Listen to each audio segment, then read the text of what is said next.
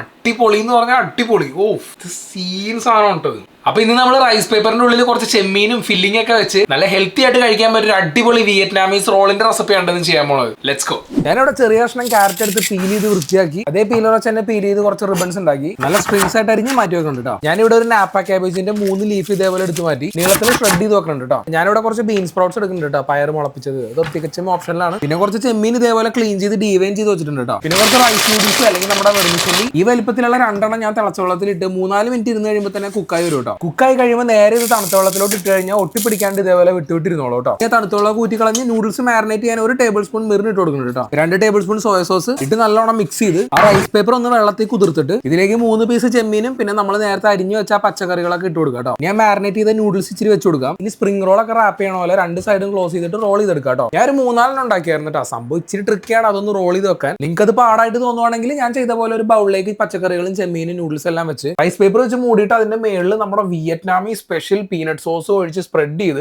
ഒന്ന് സ്റ്റീം ചെയ്തെടുത്താൽ മതിയാവും കേട്ടോ. ഇങ്ങനെ ഉണ്ടാക്കുവാണെങ്കിൽ പെട്ടെന്ന് പരിപാടി തീർക്കാം കേട്ടോ. ബാക്കിയുള്ള റോളുകളെല്ലാം ഒരു പാർച്ച്മെന്റ് പേപ്പർ ഇട്ട് 5 മിനിറ്റ് ഞാൻ സ്റ്റീം ചെയ്തെടുത്തായിരുന്നു കേട്ടോ. അപ്പൊ അത്രയുള്ള സംഭവം. ഇനി പ്ലേറ്റ് ചെയ്യാനായിട്ട് നമ്മുടെ വിയറ്റ്നാമീസ് പീനട്ട് സോസ് ഒഴിച്ചു കൊടുക്കാം. അതിന്റെ മേളിലേക്ക് 2 റോളും വെച്ച് ജൂലിയൻ ചെയ്ത ഗ്രീൻ ഓണിയനും അതിന്റെ നടുക്കോട്ട് വെച്ച് കൊടുക്കാം കേട്ടോ. ജസ്റ്റ് ഒരു ഭംഗിക്കാണ്. ആഹാ നോക്കിയേ, റാപ്പ് ഇങ്ങനെ ഇച്ചിരി എടുത്തിട്ടുണ്ടല്ലോ, ഇച്ചിരി ഒന്ന് കീറി എടുക്കാം. ആ സോസിൽ ഇങ്ങനെ മുക്കണം, അതാണ് കേട്ടോ മെയിൻ സാധനം. ഇങ്ങനെ എടുത്തിട്ട്